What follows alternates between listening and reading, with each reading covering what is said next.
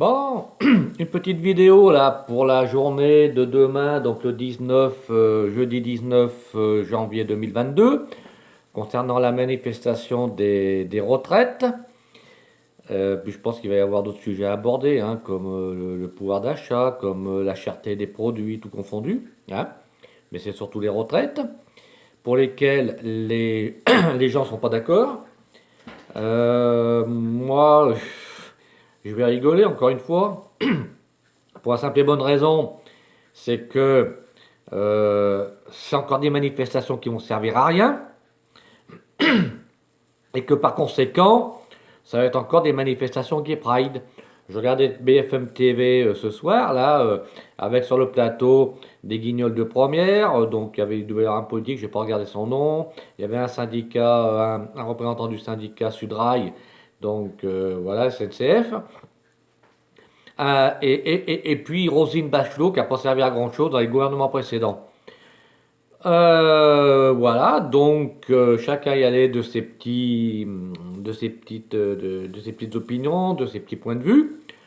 En fait, voilà, en gros, il faut que la manifestation se passe bien, hein, qu'on fasse la vague, voilà, hein, qu'on danse à lambada. Et puis comme ça, eh ben, la manifestation, elle fera peur à personne. Le problème, c'est que des manifestations comme ça, organisées par tous ces guignols de syndicalistes, de leaders syndicaux comme Martinez, enfin principalement Martinez, hein, et pour une fois que tous les syndicats se sont mis d'accord pour s'unir contre ça, l'union fait la force, mais elle ne fait pas l'intelligence. Donc, c'est encore une manifestation qui va servir à rien. Pour la simple et bonne raison, c'est que rien ne changera, il n'y aura pas d'avancée dans le sens contraire. Le gouvernement a acté un départ à la retraite à partir d'un certain âge pour différentes corporations, suivant le degré de pénibilité. Donc, il n'en démordra pas. Il n'en démordra pas, hein, de toute façon, hein, faut pas rêver non plus. Donc, c'est encore des manifestations qui ont servi à rien. Des manifestations comme celle des Gilets jaunes en 2019, 2018, plutôt 2018, peut-être un peu en 2019 avant le Covid, euh, qui ont effectivement apporté quelque chose au départ, hein, mais ça n'a pas duré. Ça n'a pas duré. Hein. Regardez les prix de l'essence, de l'électricité, des denrées alimentaires, du gaz,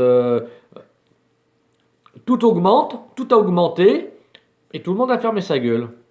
Voilà. Donc les gilets jaunes, demain ils vont s'unir parce que bon, voilà, hein, j'ai vu de la lumière, je me suis incrusté. C'est ça en fait, hein, c'est tout. Hein. Comme je l'ai dit tout à l'heure, l'union fait la force, mais alors certainement pas l'intelligence.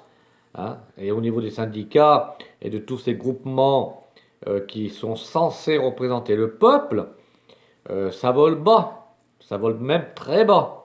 Hein. Putain, les trains d'atterrissage, ils en prennent un coup. Hein. Donc, moi, je vais regarder ça demain, vite fait, quoi, parce que j'ai autre chose à faire, moi. Hein. J'ai d'autres chats à fouetter. Je m'en bats les couilles, moi, de ça. Hein. Ce qu'il faut, moi, je l'ai toujours dit, je le redis, il faut 1,68 m. C'est tout. Il faut 1,68 m. Il faut quelque chose qui ait un impact durable et définitif. Alors, il est évident que pour la retraite, ben, il faut prendre des décisions. Hein, mais encore faut-il qu'elle soit intelligente. Parce que je ne suis pas certain que tout le monde soit logé à la même enseigne. Hein. Au lieu d'augmenter les cotisations, au lieu d'augmenter les, la durée du travail, la durée d'annuité, il y a peut-être d'autres solutions qu'on n'a pas exploitées parce qu'on n'a pas voulu les exploiter. Parce que les politicards, les syndicats, tout confondu, puisque c'est eux qui font la pluie et le beau temps vis-à-vis des retraites. Il ne faut pas oublier une chose, c'est que c'est pas vous qui décidez de votre retraite, hein. C'est les syndicats et le gouvernement. Hein. Voilà, c'est tout. Hein. Et vous avez juste à fermer votre gueule et puis c'est tout. Hein. Mais bon, c'est très bien. Hein. Si vous la fermez, bon, c'est que vous êtes d'accord avec ce qui va se dire, puis avec ce qui va se faire. Donc, par conséquent, vous n'avez plus qu'une chose à faire, c'est de vous exécuter. Voilà, vous mettez au garde à vous, hein, de faire le salut militaire, hein, ou le bras comme Hitler, hein, hop, la croix gammée, hein, et puis répondre amen à tout ce qui va se dire et tout ce qui va être acté par les syndicats et par le gouvernement et par les politiques. Par contre, voir comment dire, voir la retraite, enfin voir autrement pour les rentrées d'argent, ça, non. Hein. On demande aux gens de travailler plus longtemps et les chômeurs, on en fait quoi? On les engraisse? C'est très bien ça. Ah, c'est très bien. Hein. On engraisse les chômeurs dans ce pays, mais par contre, on, on demande aux gens de travailler plus longtemps. Il n'y a pas un problème dans ce pays-là. Il n'y a pas un problème, franchement. S'il n'y avait pas de chômeurs, tous ces gens-là qui coûtent aussi, qu'on le veuille ou non, hein, ils pourraient être, disons, être obligés de travailler. Voilà, c'est ça où on leur sucre leurs allocations. Hein, parce que dans les chômeurs, c'est comme dans les malades. Il y a les vrais et les faux. Hein. Les malades, il y a ceux qui sont vraiment malades, et ça, je respecte leur pathologie, leur état physique, mental et tout ce qui s'ensuit. Et puis il y a ceux qui font semblant d'être malades, hein, qui croient que, ben voilà, il y a des choses qui sont prévues, mais qui prennent ça pour des acquis.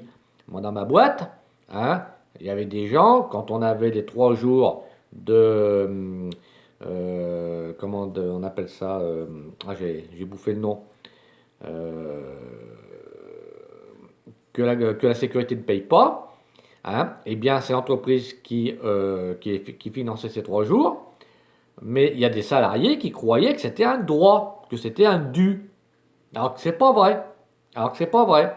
Alors aussi, c'était à la tête du client, parce que c'est comme tout, hein. Et chez Boiron, comme dans d'autres boîtes, faut pas se voiler la face. Il n'y a pas une boîte qui est mieux faite pour taper sur l'autre. Hein. Elles sont toutes pareilles. Hein. Le deux poids deux mesures, c'est quelque chose qui marche à merveille. Hein. Et dans mon ancienne boîte, c'est exactement la même chose. Hein. Si votre chef de service qui avait tout pouvoir de vous accorder de prendre un jour en maladie, hein, ou non, alors si c'était en maladie, pas de problème. Sinon, il vous dit, ah bah non, non, non, moi je suis pas d'accord, je refuse. Hein, tu le prends en congé, tu le prends en RTT, tu le prends sans solde, mais moi je te mets pas en maladie. Voilà. Donc, du coup, c'est un petit peu à la tête du client. Donc c'est pour ça que moi, très très peu de fois où j'étais malade, une journée, hein, une journée, je me rappelle, moi je m'étais fait tomber des boîtes de cassettes sur le coin de la figure en faisant du ménage chez moi, et j'ai une cassette qui est l'angle d'une boîte qui m'a tapé sur l'œil, et j'avais, pas dans l'œil, hein, sur l'œil. Et donc, du coup, ben, j'avais comme une paille à l'intérieur. Donc, j'étais à l'ophtalmo. L'ophtalmo voulait m'arrêter, m'arrêter, mais il voulait pas me faire d'arrêt de travail. Alors, je lui dis, non, tu me fais un arrêt de travail, hein, je lui dis là, parce que. Il me dit, pour un jour, je te fais un arrêt de travail. Ah, je fais oui, oui, parce que moi, ils vont me le foutre en maladie, en RTT ou en congé, hein. Non, non, tu me fais un arrêt de travail pour un jour, comme ça, ben, ils l'auront dans le cul, quoi. Ça sera un arrêt de travail, point barre. Et la boîte, elle la ferme et puis c'est tout. Hein. Moi, j'ai un arrêt de travail et puis c'est tout. Il faut en arriver là pour avoir droit à certaines choses légitimes. Parce qu'il ne faut pas oublier une chose, comme je le dis encore une fois, c'était du poids de mesure.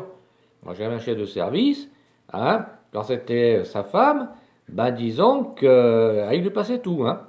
Oui, Bichette, tu veux un jour d'arrêt? Allez, je te mets un jour d'arrêt, va. Hein, puis quand c'était quelqu'un d'autre, non, non, toi tu prends en congé, tu prends sans solde, tu prends RTT, mais je te mets pas en arrêt. Non, mais c'est quoi ce cinéma? Donc voilà, ben, on se fait enculer, faut en amener, puis c'est tout. Hein, voilà. Et là, c'est pareil. Pour le gouvernement, pour les retraites, de toute façon, euh, euh, c'est pas les manifs de demain, voire peut-être même des jours à venir, parce qu'on ne sait pas combien de temps ça va durer encore, hein, ou qui vont être conduites, qui vont changer la donne. Les dés sont pipés d'avance. Les dés sont pipés d'avance. Donc les gens vont manifester, ils vont perdre du fric, C'est bien fait pour leur gueule, ils n'ont qu'à pas les manifester. Hein. Il y a d'autres manières disons, de bloquer le gouvernement. Hein. Il suffirait simplement qu'il y ait au moins 10 millions de foyers qui bloquent le robinet financier au gouvernement, donc les impôts et tout ce qui s'ensuit, parce qu'on est quand même le pays le plus taxé d'Europe. Hein. Mais ça, apparemment, ça gêne personne. Hein. Apparemment, tout le monde s'en contente, tout le monde est d'accord, et puis tout le monde répond Amen. Hein. Il suffirait simplement qu'on ferme le robinet financier au gouvernement. Je peux vous garantir que là, bon, le gouvernement il fait banqueroute. Hein. Parce que là, plus personne n'est payé.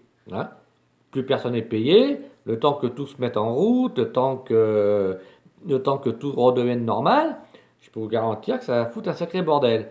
Mais le problème des grèves, c'est qu'on emmerde le citoyen lambda. Hein. Euh, Quand la SNCF fait grève, elle fait chez tout le monde sauf le gouvernement. Les routiers, c'est pareil. Les syndicats, c'est pareil. Hein. Ils bloquent les voyageurs au niveau des trains, ils bloquent les raffineries au niveau des pompes à essence, de l'approvisionnement en, en carburant. Du coup, les grandes surfaces, les magasins sont plus livrés ou très, très, très mal. C'est tout un engrenage qui se crée. Et qui c'est qui trinque au bout? C'est le citoyen lambda.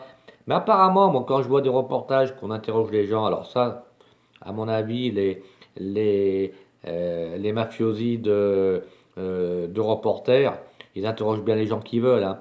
Ils interrogent une personne. Bon, si jamais le truc est un peu, la réponse est un peu trop hard, ne vous inquiétez pas, que vous la verrez pas à la télé. Hein. Vous la verrez pas à la télé. Parce que les reporters, comme Mafia, il n'y a pas mieux. Hein. Les médias comme Mafia, il n'y a pas mieux. Hein. Ils font la pluie et le beau temps.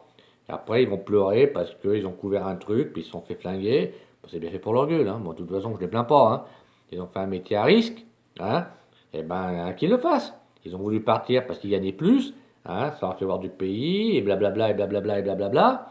Et finalement, ben, dans les autres pays, comme la guerre en Ukraine, les Russes, ils vont pas regarder si le mec s'est marqué presse, si le mec est tout tapissé de marqué presse sur son slip, sur son pantalon, sur son casque, sur son cul, enfin bon, bref, hein.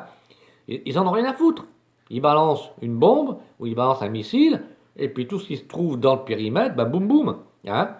Et les médias comme les autres, hein. Faut pas croire que ils ont des scrupules. Dans les guerres, il n'y a jamais eu de scrupules, hein, rarement, hein, rarement, parce que tous les gens qui se faisaient les porte-paroles hein, en étant neutres, prenaient seulement les casques bleus. Hein. Les casques bleus, à une certaine époque, ils n'étaient pas armés. Hein, parce que c'était une force comment dire, de paix en quelque sorte, une force neutre. Et puis finalement, quand ils ont vu les gouvernements que personne, les casques bleus, tout le monde s'en foutait, hein, ben ils les ont armés. Les casques bleus, normalement, je pense qu'ils sont armés maintenant, depuis un moment déjà. Et que voilà. Hein, c'est un peu comme en Angleterre, les bobbies, quand ils n'étaient pas armés, c'était la débandade. Puis du jour où ils ont trouvé des gens sans scrupules, hein, qui les tiraient comme des lapins, ne vous inquiétez pas que les flics anglais, ils ont vite pris les armes aussi. Hein. Alors arrêtez de nous amuser avec ça. Arrêtez de nous amuser. Les médias, il n'y a pas plus faux cul hypocrite qu'eux. Hein. Ils disent ce qu'ils veulent, ils entendent ce qu'ils veulent et ils voient ce qu'ils veulent. Donc, moi, les médias, je les vomis, je les gerbe. Donc, c'est pas compliqué. Et quand je vais voir toutes ces manifestations qui vont se passer demain, encadrées par les flics, encadrées par les pseudo-syndicats, enfin leaders syndicaux, ça me fait marrer ça. Hein, et puis les gens, ils vont suivre comme des moutons. Bah, bien sûr, hein. Les Français, c'est des veaux, c'est des moutons, c'est ce qu'on veut, quoi. C'est des chevaux, on les mène à l'abattoir, ils répondent Amen. Hein. Vous savez, les hommes préhistoriques, autrefois, hein, quand ils chassaient les chevaux sauvages, hein, qu'est-ce qu'ils faisaient les chevaux sauvages? bah, il les acculait contre une falaise, parce que quand il y en avait un qui prenait une direction, les autres ils suivaient bêtement. Puis quand ils arrivaient en haut de la falaise, ah bah merde, qu'est-ce qu'on fait? Ah bah on va sauter, hein, on aura une chance de s'en sortir. Il y en avait un qui sautait, il y avait 20, 30, 40, 50, 60 qui sautaient. Hein. Voilà, c'est les moutons de Panurge. Donc ça me fait marrer ça, ça me fait marrer. Moi je vais regarder ça de loin demain, hein, puis je vais me friser la moustache. Vous voyez, je me suis laissé pousser le bouc et la moustache. Hein. Donc ça me permettra de me lisser les poils. Et puis c'est tout. Parce que franchement, ça va servir à rien. Ça va servir à rien parce que tout ce qui est acté est acté. Le gouvernement ne reviendra pas en arrière. Ou alors, comme disait mon voisin, ils ont mis à 65 ans la retraite en sachant que il allait y avoir de la contestation, comme ça ils peuvent baisser d'un an. Hein. Ça c'est un peu comme les soldes. Hein. Un produit, on le solde à 30%, mais on l'a augmenté de 40% avant. Voilà. Et les gens sont tellement cons, ça ne rendent même pas compte. Donc, voilà, c'est comment baiser la gueule des autres. Hein? Les baiseurs, comptez-vous, les baisers aussi. Voilà. Enfin, bon, allez.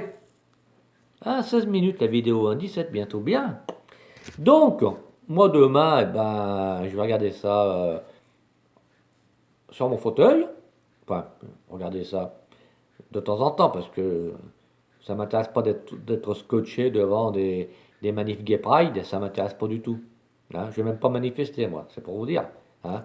De toute façon, ça ne changera rien du tout. Et puis, manifester dans la bonne humeur, dans la joie. Hein. Il n'y a plus qu'à mettre la lambada et puis du disco et puis, je sais pas moi, de la techno, du rap. Et puis voilà, et puis tout le monde est content, puis les flics qui danseront avec. Non, mais faut arrêter un peu. Faut arrêter ce cinéma. C'est risible. Hein. Les gens passent pour des cons. Hein. Et plus ils passent pour des cons, plus ils aiment ça. Alors, ma foi. Hein. Eh ben, allez. Allez, ben, bonne manif demain. Bon coup sur la gueule aussi, parce qu'à mon avis, ces races vont pas vous louper. Et puis, bon gazage. Hein. Ah oui, bon gazage aussi, parce que ça va avec. Hein. Et puis, bon arrosage aussi. Hein, parce qu'il y a les lanceurs canons, les canons à eau là, qui vont se faire un plaisir aussi de balayer la foule. Voilà. Hein, il fait pas 40 degrés, mais 0, moins 2, moins 3, ils en ont rien à foutre, ils balayeront quand même la foule, si vraiment ça dégénère. Donc, voilà quoi. Voilà, moi je vais regarder ça de mon fauteuil, tranquille, en me foutant de la gueule de celles et ceux qui manifestent. Et puis voilà quoi. Allez, bonne manif à demain, hein, bonne manif pour demain, pardon. Et puis prenez bien des coups, prenez bien des gaz lacrymogènes, prenez bien tout, hein, sur la gueule.